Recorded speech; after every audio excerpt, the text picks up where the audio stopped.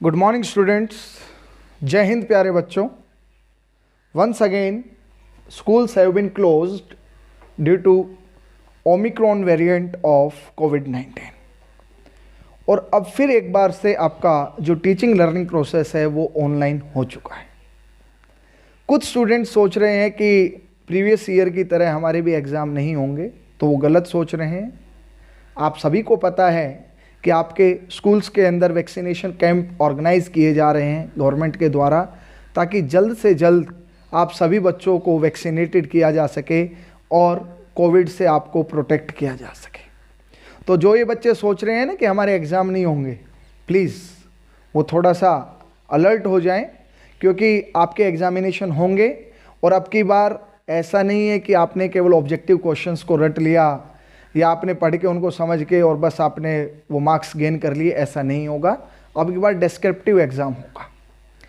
तो आज जो अपना चैप्टर है nationalism in India, chapter number 3 of history, and it is the most important chapter for our second term of social science for 10th class. But before we start this chapter, I want to discuss the marking scheme of social science with you. आप सभी को पता होना चाहिए कि descriptive जो paper आ रहा है उसके अंदर कितने सेक्शंस होंगे, कितने मार्क्स का वो पेपर होगा और कितने आवर्स आपको लिखने के लिए मिलेंगे, क्योंकि सीबीएसई क्लियर कर चुकी है कि आपके जो एग्ज़ाम्स होंगे वो कैसे होंगे, डिस्क्रिप्टिव होंगे। सो लेट अस स्टार्ट कि हमारे कितने सेक्शंस होंगे। तो 5 सेक्शन होंगे हमारे क्वेश्चन पेपर में, ए, बी, सी, डी और ई।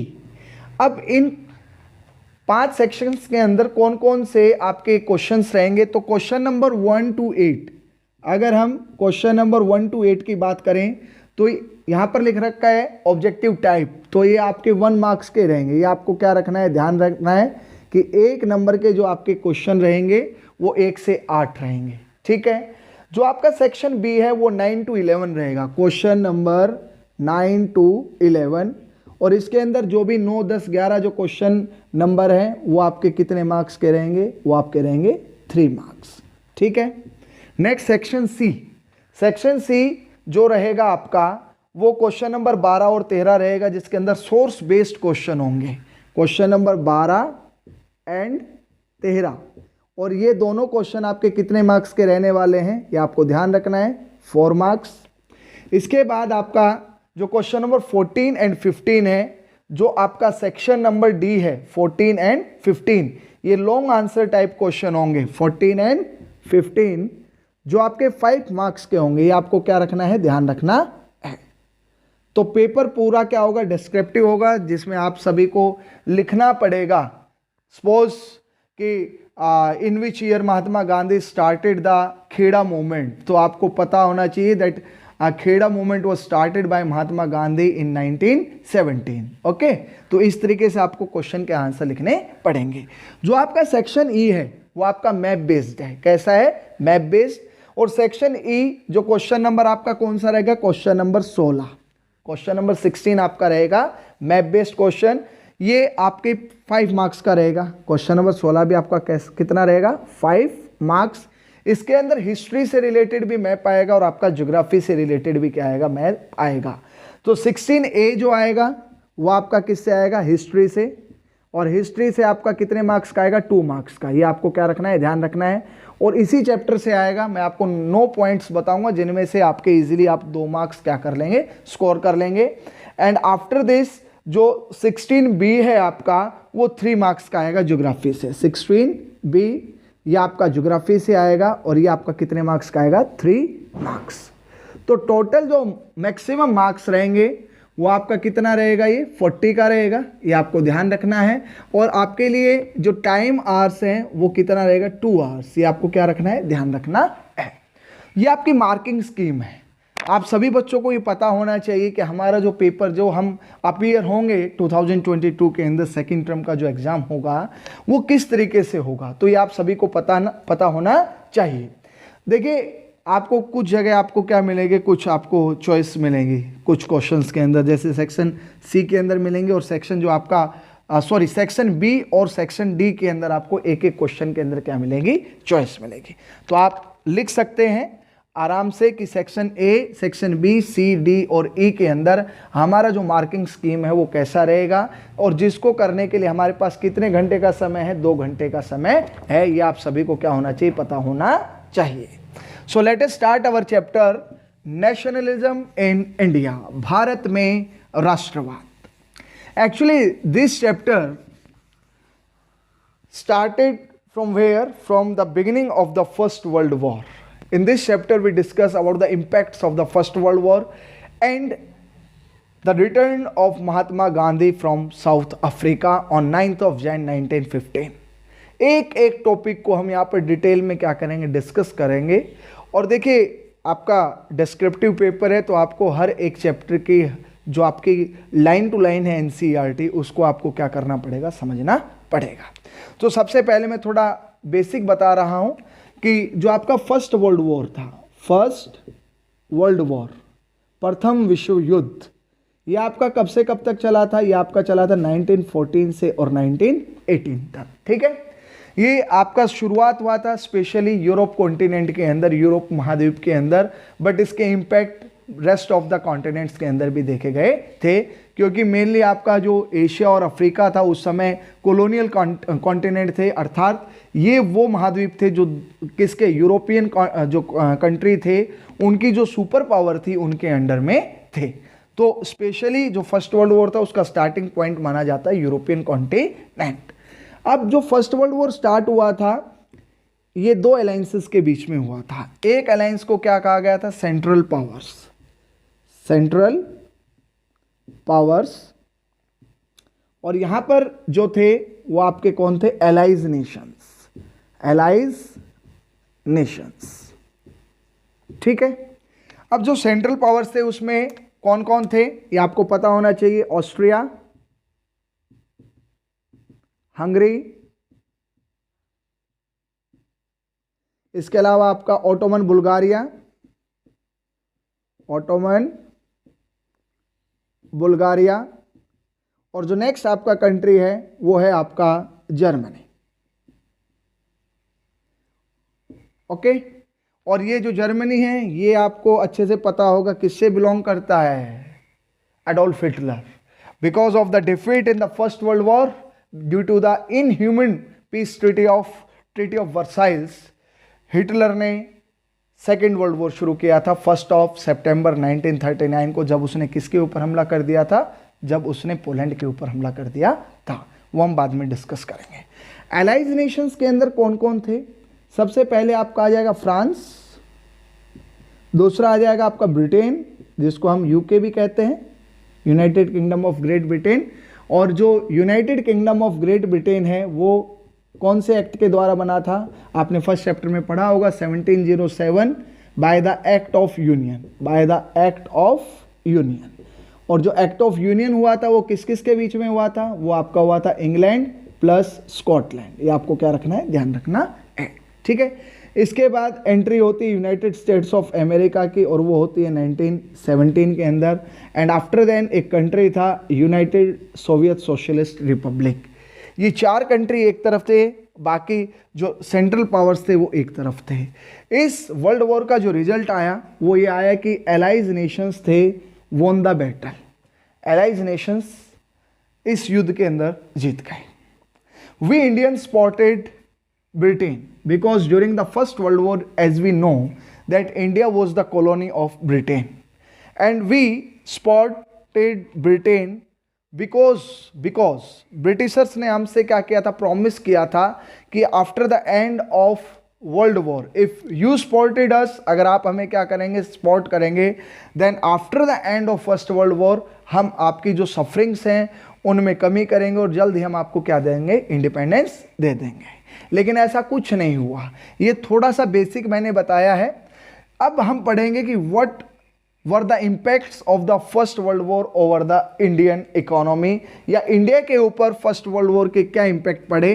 तो ये आपको पता होना चाहिए कि फर्स्ट वर्ल्ड वॉर कब से शुरू हुआ था और इसके जो प्रभाव थे वो कहाँ कहाँ पर देखे गए थे। जो फर्स्ट आपका कॉन्सेप्ट आता है वो आपका आता है contribution of first world war towards nationalism. तो अब हम पढ़ सकते हैं impacts of impacts of First World War over India. Over India. तो इंडियंस को तो ये होप थी कि भाई after the end of first world war उनकी जो सफरिंग्स है वो काफ़ी क्या हो जाएगी, कम हो जाएगी, बट ऐसा कुछ नहीं हुआ. The first world war created a new economic and political situation. एक नई आर्थिक और राजनीतिक स्थिति को जन्म दिया. किसने? फर्स्ट वर्ल्ड वॉर ने. It led to huge increase in the defense expenditure, which was financed by war loans and increasing taxes. अब देखिए फर्स्ट वर्ल्ड वॉर जो लड़ा गया था वो लोन के ऊपर, और उस लोन को क्या करने के लिए, चुकाने के लिए इंडिया और इंडियंस के ऊपर क्या किए गए? Increase taxes. सबसे पहले भारत देश के अंदर जो टैक्सेस थे उनको क्या कर दिया गया? इंक्रीज कर दिया गया. कस्टम ड्यूटीज को भी क्या कर दिया गया? इंक्रीज कर दिया गया. And the first time income tax was introduced. Income tax was introduced. पहली बार भारत के अंदर किसके ऊपर टैक्स लगा दिया? इनकम के ऊपर क्या लगा दिया? टैक्स लगा दिया गया. I am talking about the impacts of first world war over India. तो पहला जो इम्पैक्ट था वो काफ़ी डिजास्ट्रेबल था कि पहले इंडिया की जो इकोनॉमिक कंडीशंस थी, इंडियंस को एक्सप्लॉइट किया जा रहा था बाय द ब्रिटिशर्स. उसके बाद कहते हैं ना जले हुए पे नमक छिड़कना, वो काम किन्होंने कर दिया? ब्रिटिशर्स ने कर दिया, क्योंकि उनका जो वॉर एक्सपेंडिचर था वो काफ़ी ज़्यादा हो गया था, और उसकी भरपाई करने के लिए उन्होंने भारत के अंदर जो कर थे, जो कस्टम ड्यूटीज़ थी और जो इनकम थी उसके ऊपर क्या लगा दिए थे? टैक्स लगा दिए थे. देखिए जब 1913, लगभग 1913 टू 1918, आपको पता है कि 14 टू 18 क्या चला था? फर्स्ट वर्ल्ड वॉर चला था. और इस समय के अंदर जो एसेंशियल कमोडिटीज़ थी उनके प्राइस क्या हो गए थे? डबल हो गए थे. इसका मतलब था इन्फ्लेशन. क्या था? इन्फ्लेशन. कि भाई due to the first world war Bharat के ऊपर एक और डिजास्टर हुआ कि जितनी भी एसेंशियल कमोडिटीज़ थी उनके प्राइस क्या हो गए थे? हाइक हो गए थे. लगभग क्या हो गए थे? डबल हो गए थे. जिससे कि जो कॉमन पीपल थे उनकी हार्डशिप्स, उनकी मुश्किलें काफ़ी ज़्यादा क्या हो गई थी? बढ़ गई थी. नेक्स्ट था villagers were called upon two supply soldiers. गांव के लोगों को बोला गया कि आप भाई सोल्जर्स भेजिए ज़्यादा से ज़्यादा, ताकि फर्स्ट वर्ल्ड वॉर में वो ब्रिटेन की साइड से लड़ सकें. और जो नेक्स्ट स्टेप था वो था फोर्स्ड रिक्रूटमेंट. फोर्स्ड रिक्रूटमेंट, लोगों की जबरन भर्ती की गई. ब्रिटिश इंडियन आर्मी के अंदर लोगों की जबरन जो भर्ती की गई, उससे जो ग्रामीण थे उनके अंदर आक्रोश फैल गया और वो ब्रिटिशर्स के क्या हो गए? खिलाफ हो गए. इसके बाद प्रॉब्लम एक और आई जो नेचर ने दी. 1918, 19 और 1920 और 21 के अंदर मॉनसून क्या हो गया? फेल हो गया, जिसके कारण से जो क्रॉप प्रोडक्शन था वो काफ़ी क्या हो गया? लो हो गया. इसके बाद इन्फ्लुएंजा की क्या आ गई? एपिडेमिक आ गई, प्रॉब्लम आ गई, बहुत बड़ी बीमारी थी. और जब 1921 के अंदर सेंसस हुआ, 1921 के अंदर जब सेंसस हुआ तो उसमें रिकॉर्ड किया गया कि उसके अंदर 12 से 13 मिलियन लोग, 12 to 13 million people were paralyzed due to the low production of agriculture and the influenza epidemics. इन सभी के कारण 12 से 13 मिलियन लोगों की क्या हो गई थी? डेथ हो गई थी. Dear students, these were the impacts of the First World War over India. Once again, I revise that the First World War was begun from 1914 to 1918. Indians supported Britain because Britishers promised to India that after the end of First World War, your sufferings would come to an end. But result was opposite. What were the impacts? What were the results? Because the First World War was fought on war loans expenditure, and that was the reason that Britishers, they increased the taxes in India. They increased the custom duties as well as they put income tax, first time introduced in our country, India. After then, that during the war period, the essential commodities price became double. So the common people suffered because of inflation. and villagers were called to supply the soldiers. That was known as force recruitment. And in 1918 and 1920 and 21, crop failed due to the failure of monsoon, and then the problem of influenza, the epidemic. And according to the census of 1921, 12 to 13 million people they perished due to these problems. So this was created a new economic and political situation in our country India. Is it clear? आप इनको note down कर सकते हैं, आप अपने notes क्या कर सकते हैं, प्रिपेयर कर सकते हैं. नेक्स्ट जो कॉन्सेप्ट आता है वो आपका आता है the idea of satyagraha. Actually satyagraha was coined by Mahatma Gandhi on the land of South Africa. देखिए ये जो सत्याग्रह है ना, stand with the truth and search for the truth, ये सत्याग्रह महात्मा गांधी जी की देन है. मैं आपको बता देता हूं. नेक्स्ट जो कॉन्सेप्ट हम पढ़ेंगे वो पढ़ेंगे द आइडिया ऑफ सत्याग्रह. तो आपको ये पता होना चाहिए कि सत्याग्रह किसकी देन है. ये महात्मा गांधी जी की देन है.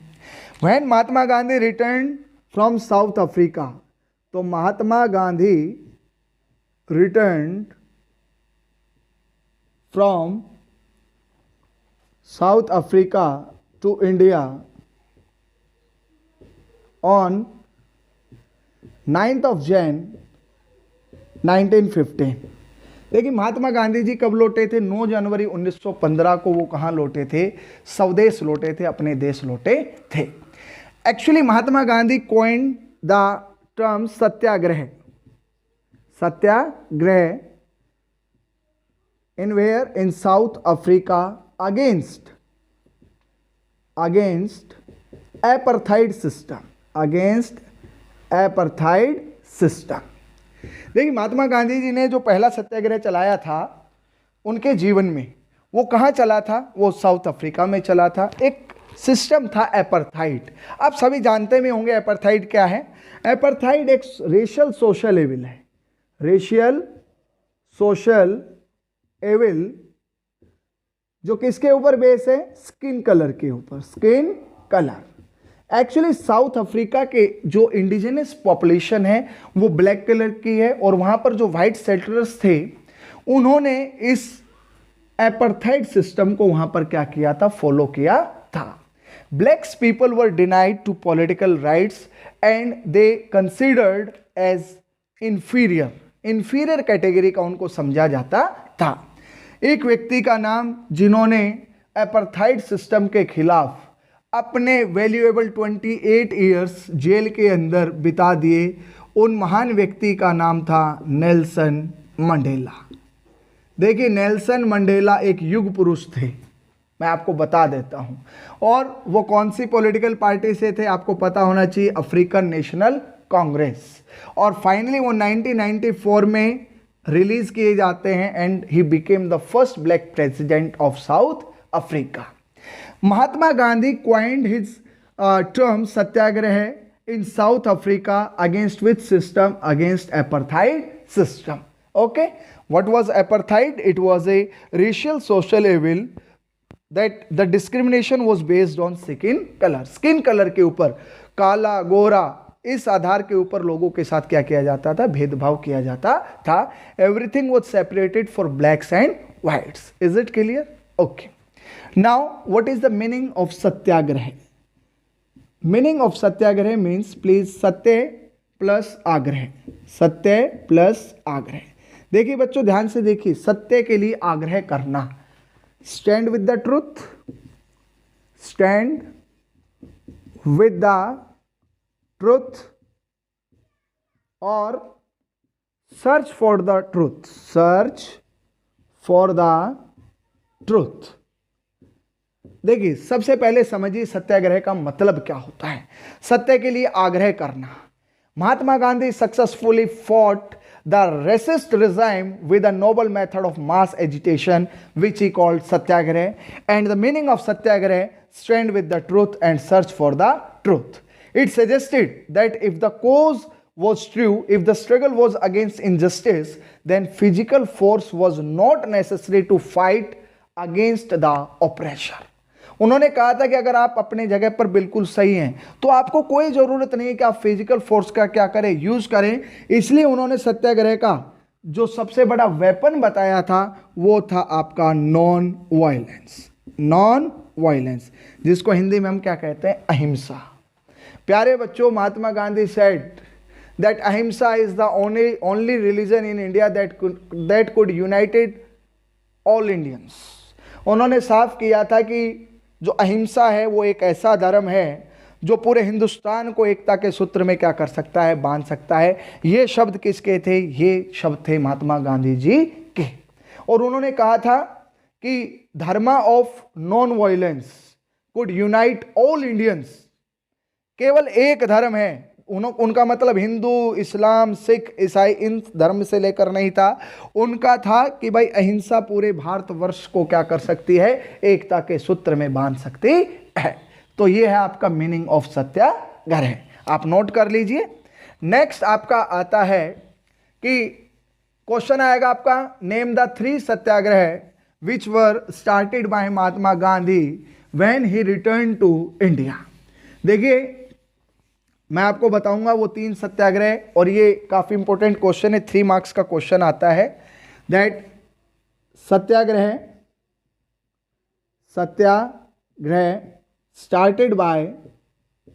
स्टार्टेड बाय महात्मा गांधी, जिनको क्या कहा जाता है, नेशन फादर भी कहा जाता है। देखिए महात्मा गांधी जी ने जो पहला अपने लाइफ का इंडिया के अंदर जो पहला सत्याग्रह चलाया था वो था आपका चंपारण सत्याग्रह। चंपारण सत्याग्रह। Mahatma Gandhi reached at Champaran in 1916, but he started this satyagraha against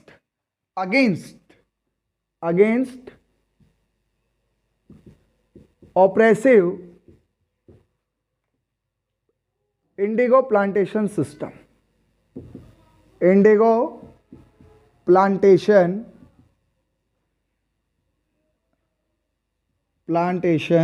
system. और ये कब चलाया था? 1917। देखिए first Satyagraha which was started by Mahatma Gandhi, उसका नाम क्या था? चंपारण सत्याग्रह। महात्मा गांधी जी चंपारण कब पहुंच गए थे? 1916 के अंदर। और उनको जो ले जाने वाले व्यक्ति थे उनका नाम था राजकुमार शुक्ल, जो बिहार से रिलेटेड थे, चंपारण से रिलेटेड थे। और सबसे पहले जब महात्मा गांधी जी चंपारण पहुंचे थे तो वो किसके घर गए थे? वो डॉक्टर राजेंद्र प्रसाद जी के घर गए थे। Later he became the first president of India. In 1916 he traveled to Champaran in Bihar to inspire the peasant to struggle against the oppressive plantation system। जो शोषणकारी प्लांटेशन सिस्टम था जिसके तहत ब्रिटिशर्स क्या कर रहे थे, हम इंडियन पीजेंट्स का क्या कर रहे थे, एक्सप्लॉइटेशन कर रहे थे। उस सत्याग्रह को महात्मा गांधी जी ने क्या नाम दिया था? Champaran Satyagraha, which he started in which year? In 1917। Okay. Next Satyagraha था आपका खेड़ा। खेड़ा आपका कहां पर है? गुजरात के अंदर है, ये आपको पता होना चाहिए। खेड़ा सत्याग्रह भी आपका कब चला था? 1917 के अंदर। और इसका जो अल्टीमेट ऑब्जेक्टिव था वो था रिलैक्सेशन इन टैक्स सिस्टम। देखिए ब्रिटिशर्स हम इंडियन पीसेंट के ऊपर बहुत सा क्या लगाते थे? टैक्स लगाते थे। उस टैक्स को कम कराने के लिए महात्मा गांधी ने खेड़ा के किसानों के लिए क्या किया था? इस सत्याग्रह को क्या किया था? स्टार्ट किया था।